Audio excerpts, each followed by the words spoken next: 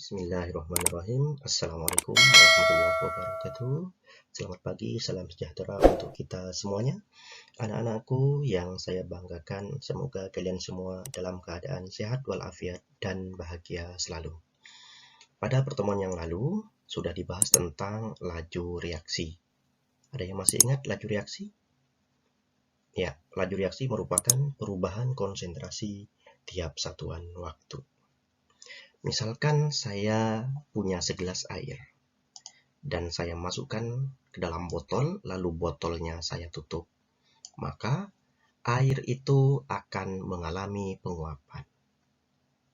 Pada saat itu pula ada uap-uap air yang akan mengalami pengembunan. Dengan demikian, pada air ini, di dalam botol ini terjadi dua laju reaksi, yaitu reaksi penguapan dan reaksi pengembunan. Nah, suatu saat dalam tempat tertutup ini, laju pengembunan akan sama dengan laju penguapan air.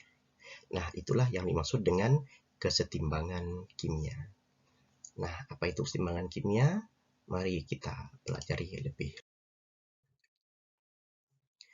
Ini kompetensi dasar, kemampuan yang harus kalian miliki setelah mempelajari kesetimbangan ini. Yang pertama, konsep kesetimbangan dinamis.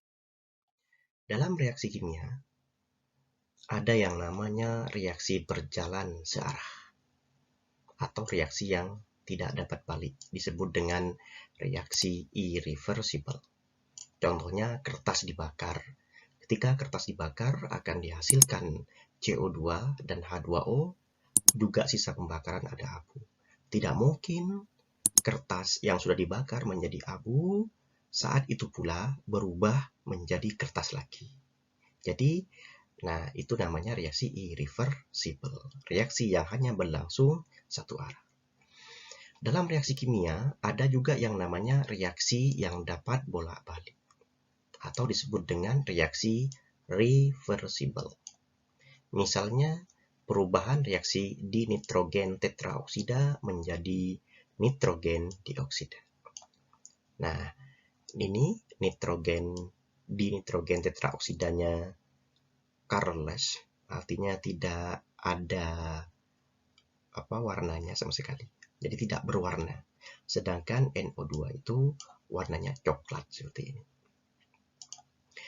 Nah, jika N2O4 berubah menjadi NO2, maka yang semula tidak berwarna seperti ini akan berubah menjadi warna coklat.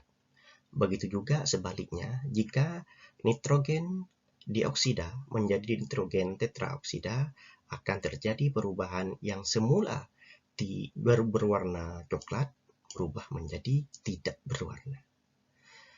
Nah, jika kedua reaksi ini digabung, maka akan menjadi reaksi seperti ini. Ini namanya reaksi reversible, reaksi yang dapat bolak-balik. Jika laju reaksi perubahan dari N2O4 menjadi NO2, lajunya sama dengan perubahan NO2 berubah menjadi N2O4, itu yang dimaksud dengan kesetimbangan kimia atau kesetimbangan dinamis. Di mana dalam kesetimbangan dinamis itu terjadi perubahan reaksi secara mikroskopis. Artinya N2O4-nya, molekul-molekul N2O4 akan berubah menjadi NO2. Saat itu pula NO2 akan berubah menjadi N2O4 yang laju kedua arah sama. Itu namanya kesetimbangan dinamis. Kesetimbangan dinamis ini dapat dicapai atau akan terjadi jika reaksi kimianya bersifat bolak-balik. Ingat, tidak semua reaksi kimia bersifat bolak-balik. Ada yang searah saja, maka itu tidak akan terjadi kesetimbangan dinamis. Dan juga berlangsung dalam sistem yang tertutup. Nah, maka terjadilah kesetimbangan dinamis. Jika terjadi keadaan setimbang, antara N2O, N2O4 dengan NO2, antara ini dengan ini, maka mungkin akan terbentuk kesetimbangan seperti gambar 3.2a ini, di mana awalnya NO2 sangat banyak, seiring perubahan waktu semakin sedikit, berjalan semakin sedikit, saat itu pula terbentuklah N2O4. Suatu saat, di sini, suatu saat konsentrasi NO2 akan sama dengan N2O4. Mungkin seperti ini keadaan kesetimbangannya. Nah, ini yang A. Mungkin terjadi kesetimbangan yang B ini. Kesetimbangan yang B ini terjadi jika konsentrasi N2O4 lebih besar daripada NO2-nya. Jadi, awalnya NO2 di sini sebagai reaktan dan N2O4 sebagai produk. NO2 berubah semakin sedikit, sementara N2O4 akan semakin banyak. Suatu saat akan mencapai kesetimbangan keadaan seperti ini. Nah, saat dimulai dari sini nih, terus ke arah sana, itu namanya keadaan kesetimbangan, di mana konsentrasi N2O4 lebih besar daripada konsentrasi NO2. Atau mungkin kesetimbangan terjadi seperti yang C, gambar 3.2C, di mana NO2 semakin lama semakin sedikit dan N2O4-nya semakin lama semakin banyak. Nah, saat garis di sini inilah itu ke arah sana, itu keadaan kesetimbangan antara N2O dengan N2O4. Keadaan yang seperti ini itu menunjukkan bahwa N2O4 lebih kecil daripada konsentrasi NO2.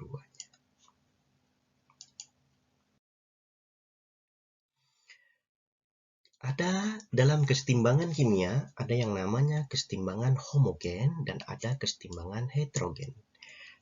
Kesetimbangan yang komponen-komponennya satu fase disebut kesetimbangan homogen.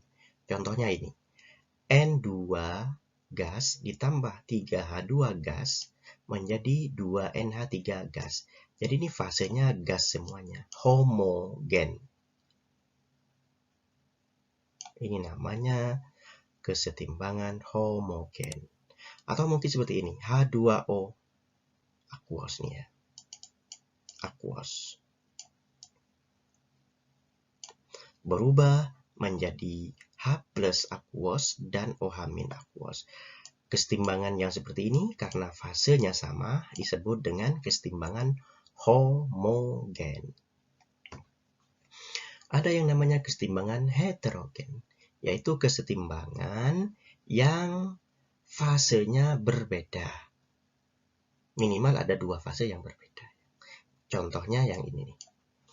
CaCO3 berkesetimbangan membentuk CaO solid dan CO2 gas. Nah, ini fasenya CO2 gas, sedangkan CaO-nya solid dan CaCO3-nya solid. Ini fasenya berbeda-beda, disebut dengan kesetimbangan heterogen. Atau juga yang di bawahnya ini. Ini fasenya solid, ini fasenya aqueous, ini fasenya aqueous. Ini namanya kesetimbangan heterogen. Nah, misalkan ada permasalahan seperti ini. Gas A, B, dan C masing-masing ada 0,4, 0,6 mol, 0,2 mol. Dicampurkan dalam ruang tertutup. Jadi ketiga gas ini A, B, C, karena semua fasenya gas, ini namanya kesetimbangan homogen. Nah, ternyata di antara ketiga gas ini pada saat setimbang terdapat 0,3 mol gas A telah bereaksi. Maka gas B yang ada dalam keadaan setimbang adalah titik-titik. Maka kita tulis reaksinya, jangan lupakan fasenya dan koefisiennya. Di sini di soal sudah ada koefisiennya seperti ini. pada saat mula-mula. Di soal, gas A-nya 0,4, gas B-nya 0,6, dan gas C-nya 0,2 mol. Ternyata, pada saat setimbang, 0,3 mol gas A telah bereaksi. Jadi A-nya yang bereaksi sebesar 0,3 mol. Nah, di sini sebagai kata kunci yang ada di soal. Nah, ingat ini 3, ini perbandingan koefisien. Di R ini merupakan nilai perbandingan koefisiennya. 3 banding 1. Ini 1. Tapi nggak ditulis ya. Maka 0,3 di sini 0,1. Ya. Maka di sini berapa? Ya, 0,2. Karena ini 3 banding 2. Maka 0,3 banding 0,2. Nah, lalu karena A dan B ini sebagai reaktan, ini simbolnya negatif ya. Jadi reaksinya yang A ini semakin berkurang dan B juga semakin berkurang. Maka kalau ditotalkan, nah yang A ini tersisa 0,1 mol dan B 0,5 mol, sedangkan yang C, nah ini yang C hati-hati ya. Di awal, di soal ini memang sudah ada 0,2. Pada saat terjadi reaksi antara A dengan B, terbentuklah 0,2. Maka ini totalin menjadi 0,4 mol. Kesimpulannya, gas B sebesar 0,5 mol. Sementara gas C yang ada dalam gas timbangan adalah 0,4 mol. Demikian, semoga bermanfaat. Selanjutnya, tetapan kesetimbangan. Hukum kesetimbangan. Reaksi kesetimbangan antara gas karbon monoksida dengan gas hidrogen membentuk gas metana dan uap air menurut reaksi seperti ini. Nilai hukum kesetimbangan tersebut dikenal dengan tetapan kesetimbangan yang dilambangkan dengan Kc. Ungkapan hukum kesetimbangan reaksi kesetimbangan di atas dinyatakan seperti ini. Kc sama dengan produk yang berfase gas dan aquos pangkat koefisiennya.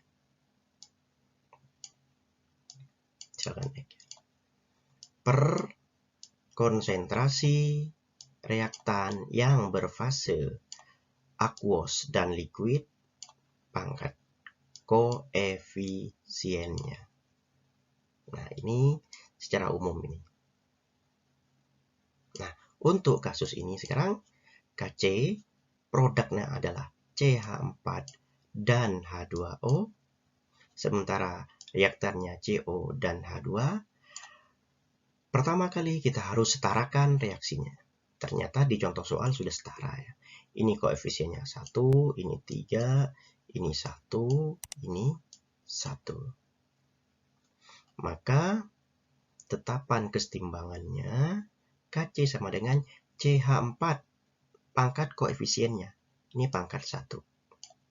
Dikali H2O pangkat koefisiennya 1. Per CO pangkat koefisiennya 1. Dan H2 pangkat koefisiennya 3. Jadi ingat, Kc ini fasenya yang dipakai adalah gas dan aquos.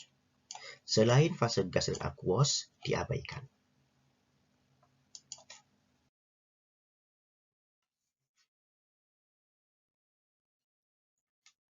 Nah, ini seperti yang saya jelaskan tadi, persamaan tetapan kesetimbangan ungkapan hukum kesetimbangan disebut persamaan tetapan kesetimbangan secara umum seperti ini ya. Tadi saya jelaskan dan saya coba mengulangi lagi. Pada reaksi A, koefisiennya M, dan B, koefisiennya N, menghasilkan atau membentuk kesetimbangan dengan C, koefisiennya P, dan D, koefisiennya Q, yang fasenya gas, katakanlah semuanya. Jadi fasenya gas ya. Maka tetapan kesetimbangannya adalah Kc sama dengan produk pangkat koefisiennya dibagi reaktan pangkat koefisiennya, yaitu C pangkat P dikali D pangkat Q per A pangkat M dikali B pangkat N. Karena persamaannya demikian, maka satuan dari Kc itu apa? Maka satuan dari Kc untuk masing-masing reaksi mungkin akan berbeda dengan reaksi yang lain. Karena persamaan reaksinya berbeda. Secara umum seperti ini. Kalau Kc-nya seperti yang di atas, maka satuannya dari Kc itu, satuan dari A, B, C, D adalah molar. Pangkat, nah, P tambah Q dikurangi M tambah N. Mungkin kalian sudah memahami. Ingat konsep matematika sebetulnya diturunkan daripada ini ya. Masukin aja ini misalkan ini satuannya M gitu. Yang D satuannya M. Masukkan semuanya lalu akan ketemu yang seperti ini. Jadi ini secara umum menjadi satuan dari Kc.